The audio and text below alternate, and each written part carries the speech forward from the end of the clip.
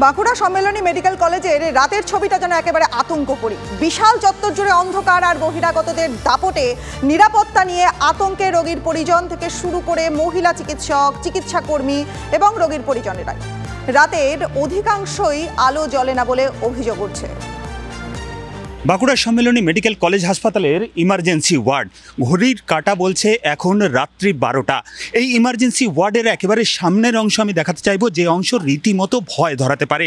অন্তত আরজি কর medical college হাসপাতালের ঘটনার পর এই হাসপাতালের যে নিরাপত্তা, সেই নিরাপত্তা নিয়ে যেমন প্রশ্ন উঠছে, তেমনই এই হাসপাতালের বিভিন্ন জায়গায় যেভাবে জমাট অন্ধকার রয়েছে তা নিয়ে প্রশ্ন উঠছে। কারণ এই হাসপাতালের এই যে ইমার্জেন্সি ওয়ার্ড, সেই ইমার্জেন্সি ওয়ার্ডের এই পাশেই রয়েছে আইসোলেশন ওয়ার্ড, এবং আইসোলেশন ওয়ার্ড ক্রস করলেই তারপরে রয়েছে সার্জিক্যাল ওয়ার্ড। অর্থাৎ এই হাসপাতালের যে মেন বিল্ডিং, সেই গোটা রাস্তাটা কার্যত ঘন অন্ধকার। রাত্রি 12টা একেবারে শুনশান হাসপাতাল চত্বর, এবং হাসপাতালের যে রাস্তা, সেই রাস্তা দেখাতে চাইবো যে একেবারে ঘন অন্ধকারে ঢাকা, কোথাও কিন্তু কোনো আলোর লেশ মাত্র নেই। সাধারণ পেশেন্ট পার্টি হয়ে দেখছি যে রাস্তায় বেরোতে ভয় পাচ্ছে। এরপর ধরুন ডাক্তার, মহিলা ডাক্তার বিশেষ করে বা নার্সরা যদি তো মানে দ্বিতীয় আরজি কর হতে বেশি টাইম লাগবে না বাঁকুড়া মেডিকেলে। এখন যে অন্ধকার আপনি দেখতে পাচ্ছেন, এর থেকে ডাবল বেশি অন্ধকার। একটা তো লাইট এখানে জ্বলছে, এখান থেকে হস্টেল অবধি যাবেন কোনো লাইট নেই। ইভেন এদিকেও, এবং এদিকে যে মেল পিজিটি হস্টেল আছে সেখানেও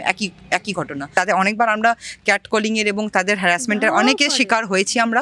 কোনো পেট্রোল কিছু থাকে না, কেউ থাকে না, তখন আমাদেরই ওই কলিগদেরকে বলতে হয়, বাবা একটু চল আমার সাথে। আমরা বলছি না যে আমাদেরকে রাতের ডিউটি দিন না, আমরা এটা কোনোদিনও দাবি করছি না, কিন্তু আমরা যেটা দাবি করছি যে অ্যাটলিস্ট কিছু একটা সিকিউরিটি থাকা উচিত, যাতে আমরাও যে মানে পেশেন্টের প্রতি একটা মানে রেসপন্সিবিলিটি নিয়ে ওদের প্রতি কাজ করব, সেটা যাতে মানে হারিয়ে না ফেলি। কি খেয়েছেন?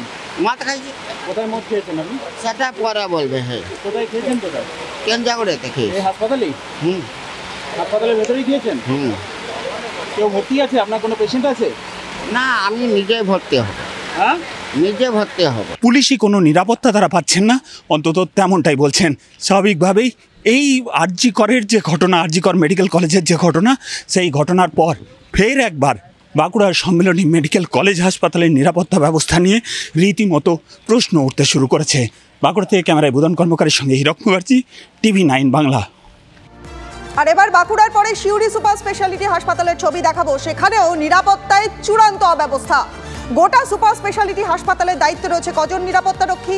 মাত্র 3 থেকে 4 জন। অভিযোগ রোগীর পরিজনদের। এখন ঘড়ির কাঁটায় 10টা 50, 11টা বাজতে 10।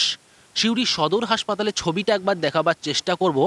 এই জায়গায় কিন্তু এখন নেই কোনো নিরাপত্তারক্ষী, পাওয়া যাচ্ছে না কোনো পুলিশ কর্মীর, অথচ এই সমস্ত রোগীর আত্মীয়দের জন্য নিরাপত্তা রক্ষী রয়েছে, পুলিশ কর্মী রয়েছে। তারা কোথায় গেলেন? এখানে নিরাপত্তা বলে কিচ্ছু নেই, কারণ প্রশাসন ঠিকঠাকভাবে কাজ করছে না। সকাল থেকে আছি, কোনো পুলিশ, সন্ধ্যে রাতেও দেখছি কোনো পুলিশ দেখতে পাচ্ছি না। রাতের দিকে অসুবিধা, সিকিউরিটি আরও বাড়লে অবশ্যই ভালোই, সবার জন্যই ভালো। আমাদের শুধু তো আমি না, পেশেন্ট পার্টিটাও যাতায়াত করছে, সবার জন্যই ভালো, সিকিউরিটি বাড়লেই ভালো। এখানে পুলিশ ফাঁড়ি আছে, তারা কিন্তু কোনো সময় এখানে বসেন না। আমার সঙ্গে আইসি সাহেবের কথা হয়েছিল যে এখানে সিভিক থাকবে ওদের সঙ্গে, দিনের দিকটা বিশেষ করে কোনো সময় থাকেন না। রাতেও তারা কোয়ার্টারে একদম দেখবেন ভালো মন্দ খাওয়া দাওয়া করে টেবিল চেয়ার নিয়ে ঘুমন। মহিলারা ভীত অবস্থায় আছেন, আমাকে বারবার জানাচ্ছেন যে অনেক ব্যাটা ছেলে, পুরুষ মানুষ ওপরে চলে যাচ্ছে, এবং তারা কিন্তু রীতিমতো কোনো পেশেন্ট পার্টি মদ্যপ অবস্থায় থাকছেন, ডাক্তারকে মারতে যাচ্ছেন, আমাদের ওয়ার্ড বয় ওয়ার্ড গার্লকে হ্যাকেল করছেন। আমরা কিন্তু সেইভাবে পরিস্থিতি নিয়ন্ত্রণ করতে পারছি না।